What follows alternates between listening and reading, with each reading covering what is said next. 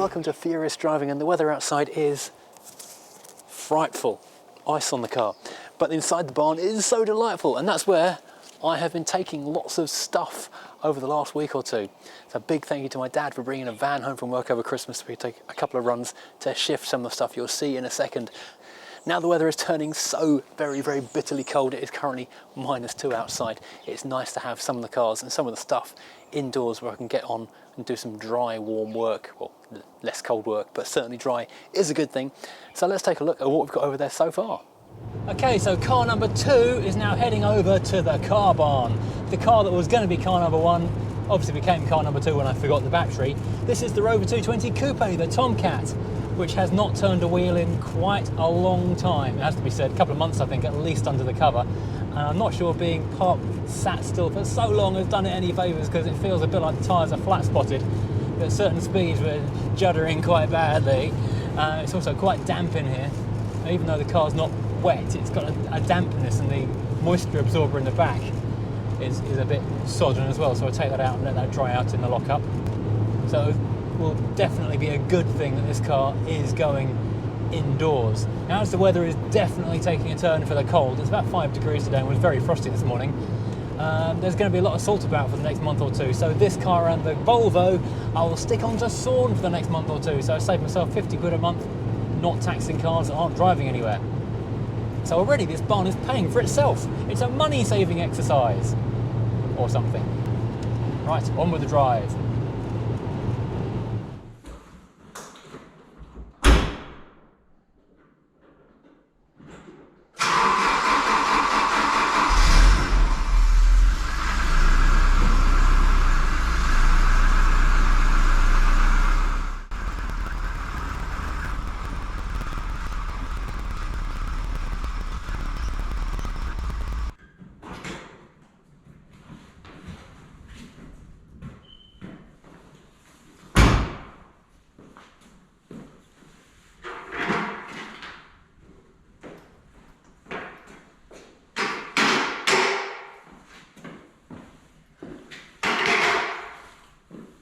So this will be the first use of the trolley slidery things, the dollies, that's the word, because I can't quite get that far enough into that corner.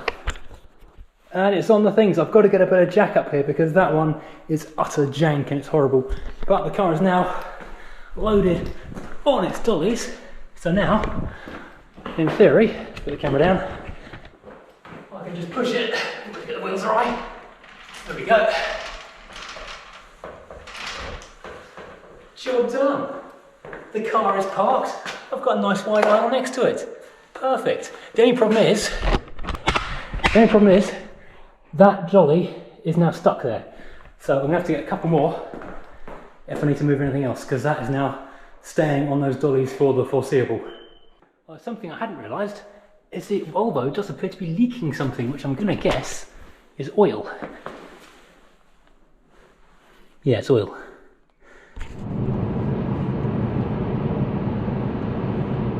Here's one more heading towards the barn, this time not under its own power, because as we know, the Alfa failed its MOT. I need to be replacing all of its flexi brake lines. I think while it's up in the air I'll do the discs and pads at the same time, maybe do a bit of an upgrade on that, and sort out that leaky exhaust, but I can do that in the warmth and drive over the barn once we get there. And we just need to say a huge thank you to Neil at Specialist Kent Vehicle Transport, who's shifting the car over for me right now. His details are down in the description below, his website, Facebook, and of course phone number. If you need a car shifting somewhere around the southeast, give him a shout.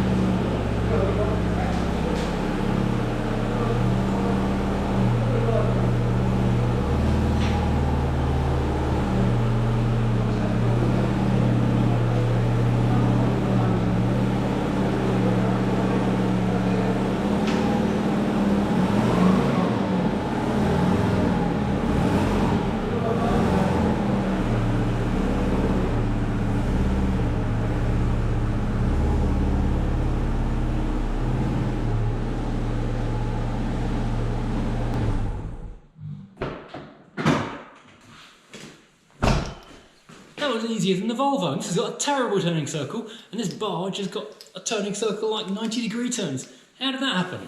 So now we're starting to fill the barn up with a few more toys. The Rover, as you know, is over here already.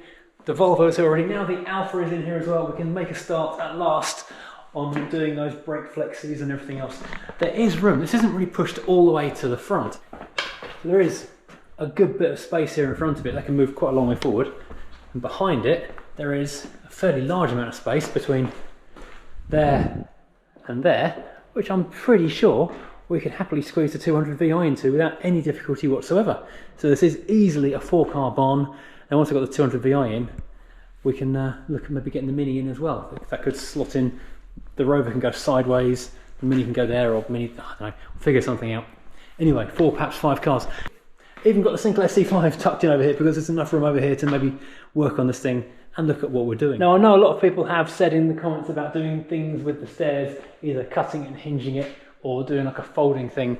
The thing is, this is very, very heavy duty, sturdy, thick wood, and it's all installed by the farmer's own builder. And so anything being done in here would have to be done by the farm themselves, and they'd have to be run by them and okayed by them, and I suspect they would be a bit wary of doing anything because of insurance liabilities, and so I suspect I'm kind of stuck with it. Hinging it would be the best thing because it would get it out of the way. If I moved it to the far side, it'd make it easier to swing around, although the Alfa did get through quite easily, but I'd still have to do the 97-point turn to get into that corner, or use the dollies, which, as it turns out, are incredibly useful. I've also started bringing a few tools and things over from home, not much yet. This is really handy because I can scoot underneath the cars in here much more easily than I can in the garage at home. I've got room to work. I might move this back before I do the brakes because I can get all the way around it really easily. I started bringing a few toolboxes and things with odds and sods. An old socket set someone gave me.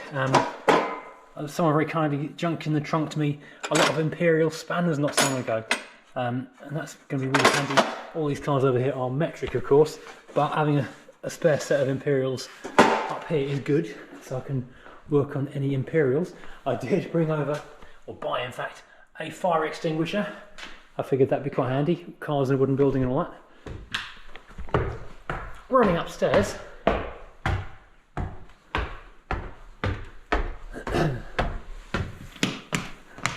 starting to get a little bit organised. Got this workbench for one thing. This came from my granddad's garage and it's been sat outside for quite a long time. In fact, you can see how old it is because all the measurements are in Imperial.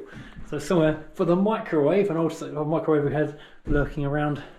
The new kettle, excellent. And this, if you came and saw us at the NEC, you might recognise as what was underneath all of our cars on the stand at the NEC. This is now just about the right width to carpet here, so keep the echoes down, keep it a little bit warmer. Need to cut that back a bit narrow down here. So yeah, we've got a lot of space. That's all the t-shirts that are just there.